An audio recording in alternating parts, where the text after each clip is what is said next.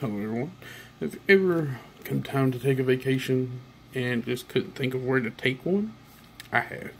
I've spent so much time trying to figure out the best possible place to actually go and have a lot of fun on a vacation.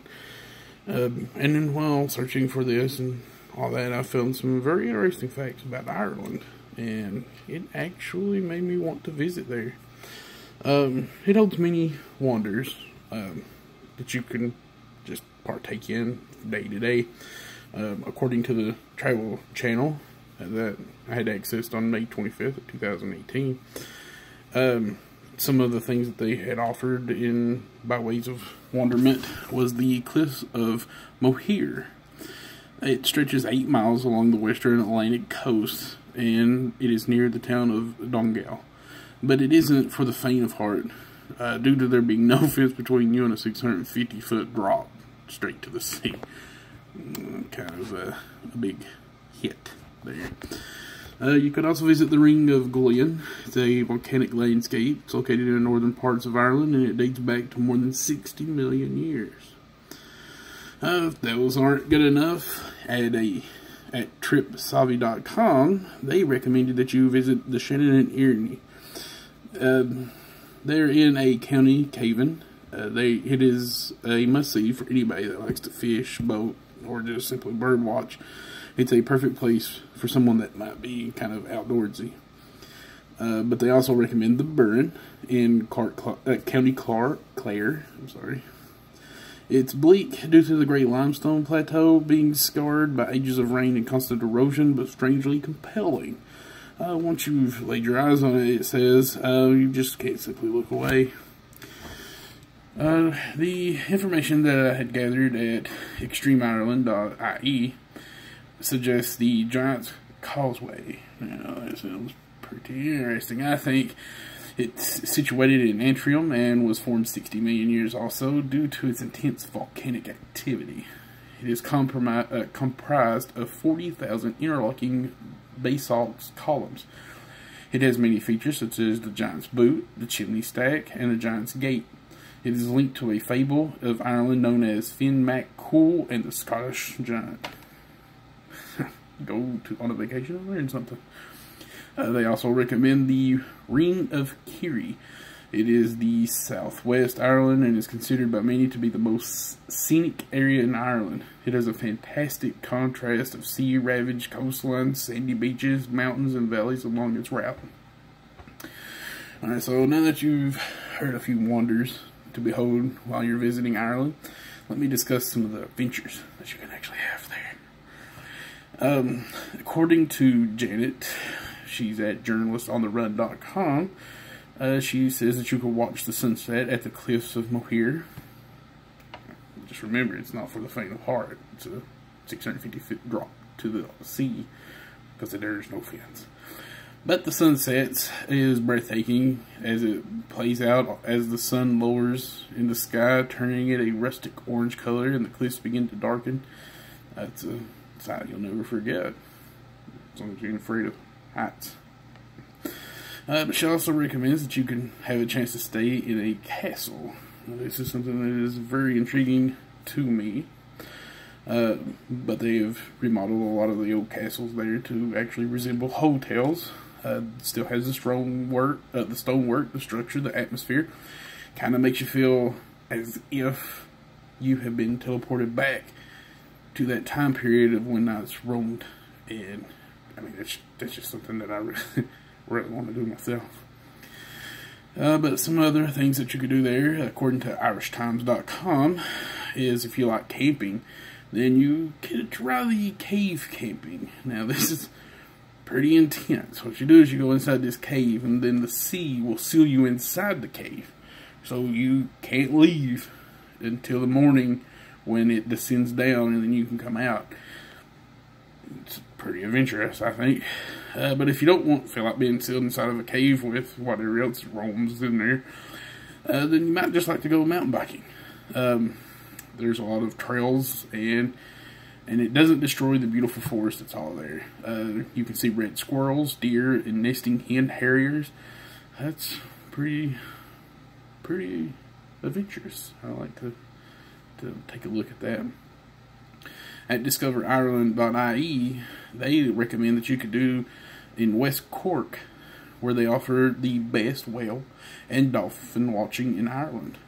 You can see common dolphins, seals, basking sharks, minke whales, and great finned whales.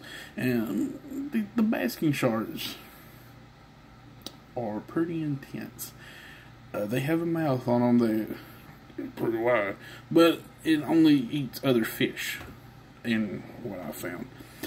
But if you don't feel like, getting wet, because let's face it, these whales are going to spray water all over you, you might just want to do horseback riding and just take in the lavish countryside and the scene as you just trot along the trails on the back of a horse. And can't complain with that idea. But anyway, so now that you have been given a peek at some of the adventures to be had in Ireland, let me explain to you what this beautiful country has endured to get to where it's at today. Livinginireland.ie explains that at the end of the 8th century and during the 9th century, Vikings began to invade. They settled and mixed with Irish society. The Vikings actually founded Dublin, Ireland's capital city, in 988. But following their defeat at the hands of Brian Boru, the High King of Ireland, at Clontarf in 1014, their influence kind of faded. Ireland also had a great famine from 1845 to 1847. The famine was a blight on potatoes. It made them inedible and people began to starve to death. 2 million people died or were forced to migrate from Ireland, and to this day, Ireland has still not reached its pre-famine level of approximately 8 million people. I don't understand why I'd like to go there. I just don't understand it. But I continued to research things in regards to what Ireland had to endure, and at discoveringireland.com, I found that the unity that had been in place in Irish society under Brian Boru during the Viking invasion kind of disappeared by the time the Normans from England invaded during the 12th century under King William I, or William the Conqueror. This would become known as the Anglo-Norman Conquest. But hoping to recover their lands and political dominance in Ireland, the majority of Ireland Catholics took to the side of British Catholic King James II in England's glorious revolution of 1688. But when he was defeated by William III at the Battle of Boyne in 1690, they shared in his defeat, suffering under new laws, and was known as the Protestants' ascendancy. But according to Britannica.com, the soil of Ireland is mostly originating from drift. The ice scoured waste formerly frozen to the base of the advancing glaciers. Some older rocks in the country's geologic formation, quartzites, certain granites, and shales weather into infertile and unproductive soils. So it really makes it hard to actually farm there and populate and settle. The climate can also be something that you will have to overcome should you visit Ireland. The coldest months are that of January and February, where the temperature ranges between 39 to 49 or 45 degrees. So it's not too bad to me, but I generate a lot of body heat. The warmest months are that of July and August, when the weather will get up to 57 and 61 degrees. I mean, I can adapt. I wouldn't freeze to death, that's for sure. But I hope that I've actually been able to tell you how beautiful Ireland truly can be, and it fuels your passion to want to be there, to see it, to witness it, as much as it does for me. I'm going to be getting married in August, and trust me, I'm trying to talk her into the honeymoon at Ireland. But if I don't get to go this year, it's definitely something that I will do in the future. I just really want to see it for myself and not just pictures on the internet that I've looked up or read or researched and stuff like that. But yeah, if you have any questions in regards to Ireland, feel free to let me know and we'll look it up together. Take care.